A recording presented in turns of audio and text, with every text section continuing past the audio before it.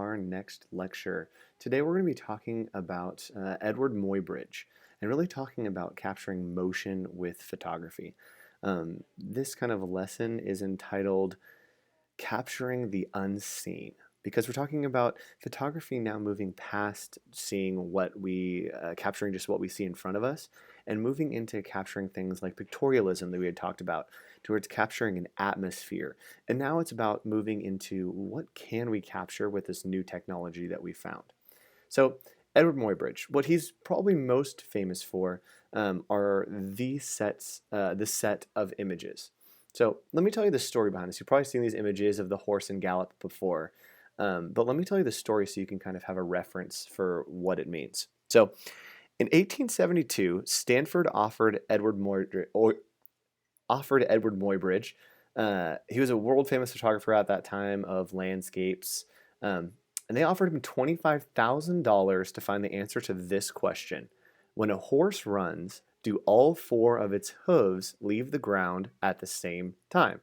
So it was impossible to see that with the human eye, and they thought, let's exploit the camera and see if we can capture physical proof of all four hooves leaving the ground at the same time. So Muybridge wasn't sure how he could kind of set this up and perform the experiment to settle this dispute, but it was a lot of money, and so he decided to take it on anyway and see what he could do. Most 19th century cameras, it was very, very hard to capture a very quick photo. The exposures were often taken by taking something off of a lens to expose it to light and then putting that back on, making the exposure time a couple seconds, even minutes at a time. So it was very, very hard to capture a fast action like a galloping horse. So what Muybridge did is he invented a kind of fast shutter system that would capture quick, very, very quick exposures. This fast shutter mechanism was made by a piece of wood that he would drill a hole in. Basically, as he triggered it, the piece of wood would fall in front of the lens and the hole would expose the light to the image that was outside of it. So much like a camera obscura box, think of that with a piece of wood with a hole drilled in it so that you could expose it to light very, very quickly. So he started working with this and first tried to capture a single photograph. He had a lot of difficulty really getting any image this way, though.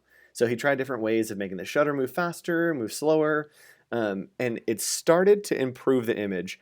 And finally, he got this genius idea of making two pieces of wood that would slip past each other, and they would connect so quickly that he'd be able to capture a very, very crisp image in a fraction of a second. He got his exposure times down to within 1/500th of a second. So very, very, very quick.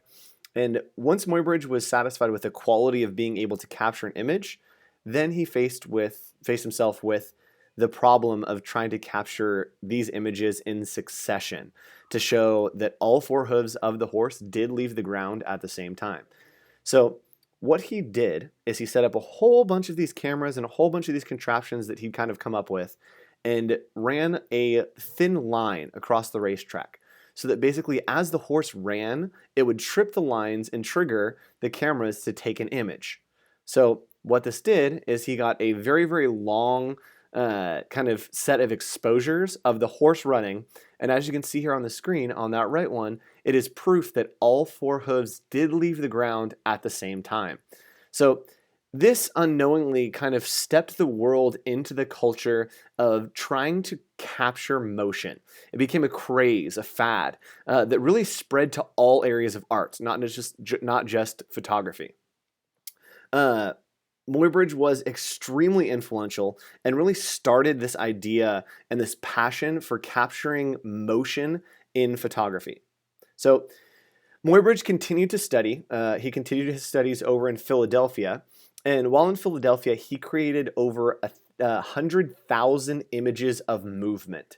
He just wanted to capture what does it look like for someone to do this? What does it look like for someone to walk upstairs, to walk downstairs? And he set up a studio in some gardens to really record the movements of things like elk and elephants and camels and see how animals would move as well. So Muybridge, in his works, would often create a set of 12 lateral images. So 12 images that went side to side.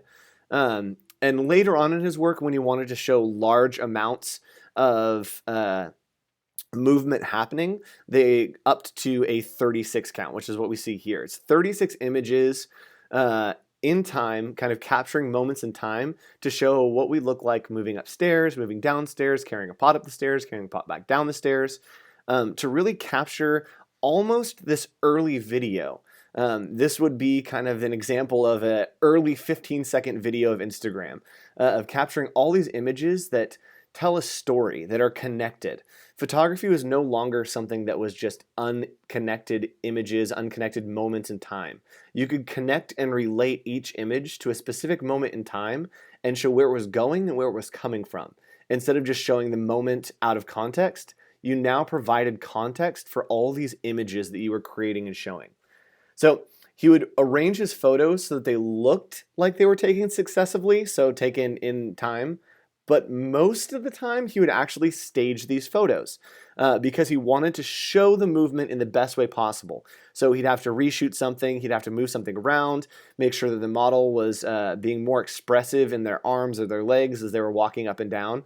And he would kind of stage these to capture exactly what he wanted to really show motion using photography.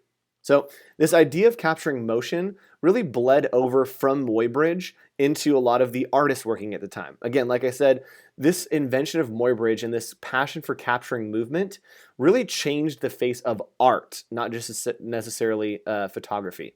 So this is a piece by Marcel Duchamp, who is a very well-known Dadaist, which we'll talk about, I think, next class, in this kind of Cubist style.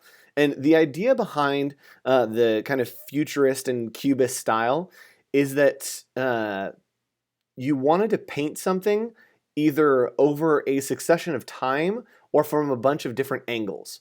And you couldn't capture it with video, couldn't capture it with photography, so you had to improvise and really create this jarring, moving kind of movement because you only had a single frame to convey all of these frames. So Muybridge had 36 frames to convey someone down the stairs, but someone working like Marcel Duchamp only had one canvas to show that on.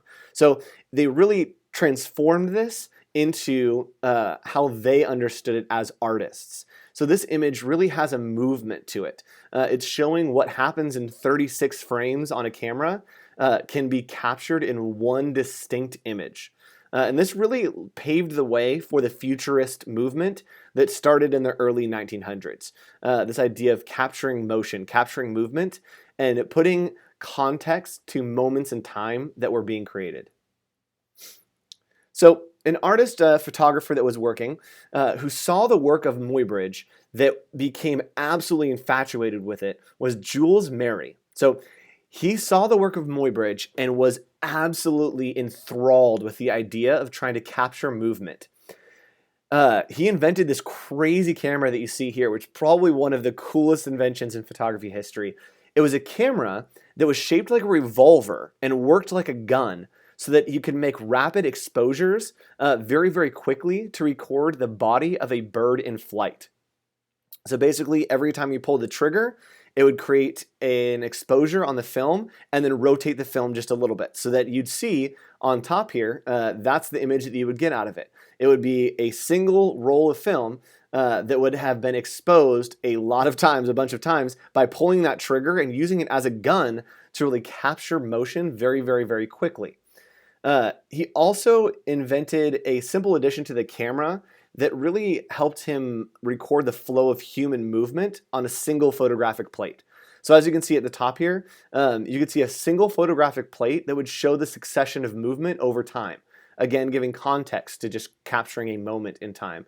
And he'd use this as people would jump, people would wave their arms, people would walk up and down stairs. He would use the same kind of technique. And so what this does is it captures both time and space, something that hadn't been captured before in photography. In photography, you could capture space very, very easily. You look outside, cool, this is the space, push the trigger, here's the photo that I have of space. Now photography was something that we could capture time.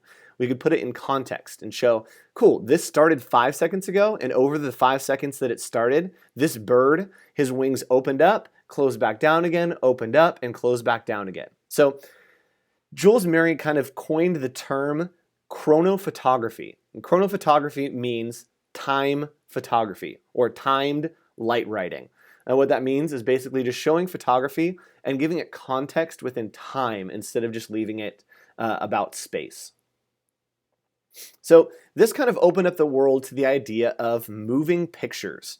Muybridge was very, very interested in, yes, capturing motion, but also figuring out ways to display that. So although other devices were creating the illusion of moving pictures, those devices kind of existed before the development of photography. In the late 19th century, there was an explosion of parlor grain machines that would kind of whirl images around a cylinder. So if you think of a flip book, or if you've ever been to Disneyland, they have these on Main Street. You almost push a crank in a circular motion, and it rotates this image. We saw some of it at the California Museum of Photography, and it changes little images. If you move them fast enough, it looks as if the image is moving. This is the same way that film movies work today. So what he would do is he'd take his image and rotate it so that he'd show a sequence of moving pictures, such as his images of the horse running. And he invented this idea called a zoopraxiscope. A zoopraxiscope would basically spin that image, and when it would expose to light at the right times, it would create an illusion of movement. This is something that if you've been to California Adventure, they actually have a zoopraxiscope room of a whole bunch of Pixar characters, and what it does is it spins. And at each increment, these characters are in different moments. And they have a strobe light that's synced up, and when the strobe light triggers at certain times, it looks and gives the illusion of movement. So Thomas Edison took note of the zoopraxiscope and started working on making photos move. Thomas Edison invented the kinetoscope using that same idea. It was introduced in 1894, and it made images move in a box-like structure with a viewer. These were commonly known as peep shows. They'd only last about 13 seconds. So this is where you'd get those shorts of someone walking into a bar and tripping and falling, and that was the show that you would see. You'd put a penny in the machine and turn the crank and get to see a short little movie that was basically a succession of individual photos that when cycled through would create the illusion of movement and the illusion of a moving picture. Eventually, more ideas to moving pictures were explored. They didn't have the immediate artistic exploration that photography had, but they were more focused on showing movement. They didn't want a certain style. They didn't want to show atmosphere. They just wanted to show movement. So a lot of early subjects focused on movement. They showed trains pulling into the station or workers leaving the factory. Again, one of the first motion pictures was the train entering the station, and people didn't know how to process it. They didn't know how to see it. They didn't know how to watch it. And they cleared out the theater because they thought, I don't understand how these pictures are moving, and a train must be coming at me through the wall into the theater, and it's going to kill us all. So they absolutely cleared out the theater because they were so scared. So motion wasn't the only thing that was getting really big at the time. The invention of the X-ray happened during this time. It was discovered by William Conrad Röntgen, and he was experimenting with running electricity through cathode ray tubes when suddenly an image was beamed onto the screen. So he noticed that if he took this image, exposed it with some kind of light luminescent material, it would basically glow in the dark. He thought this was really interesting and a kind of cool way of photography. And eventually he noticed this can pass through human skin. This can pass through a human, and it gives back a blackened image of basically the harder parts of a human. So he would show the bones that were happening inside of people's hands. So this was something that was absolutely unseen. This was kind of from an X-Files episode that they would have made, or an episode of The Twilight Zone. No one believed that it was possible. And so the public became very, very intrigued and would look at X-rays as a kind of amusement.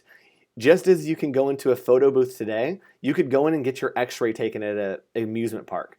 If you were at CVS, you could walk in and get your X-ray taken to have as a kind of souvenir to take home to your friends. Customers would stand in line for hours to have an x-ray taken just of their hand. And their logic was that since it doesn't inflict any physical pain, it's probably safe. I think we're going to be okay because it doesn't hurt me immediately, so it must be safe. Eventually, they learned that that's not the case as people started getting tumors, started getting cancer, and started dying from the exposure. X-ray technicians weren't required to have any kind of training, weren't required to have any kind of protective gear. It was simply seen as a new and explorative kind of photography. Anyone, just like you can pick up a point and shoot camera, anyone could go get an X-ray camera and start taking pictures of people's hands. Some people, though, associated this idea of the X-ray with the occult. It served to them as proof that spirits were real, and basically like, ooh, look, inside of you there's a spooky skeleton, which we all knew were there, but we'd never seen it before. So seeing kind of these morbid, scary images coming out of photography, people said, those are spirits. That's proof of the spirit world.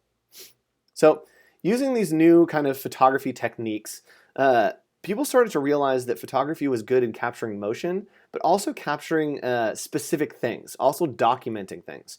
So a great man by the name of Alphonse Bertillon,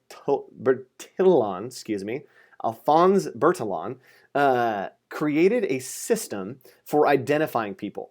During the 1880s, a lot of criminals started to become photographed. As a criminal came in, it became routine that the police would photograph the criminal.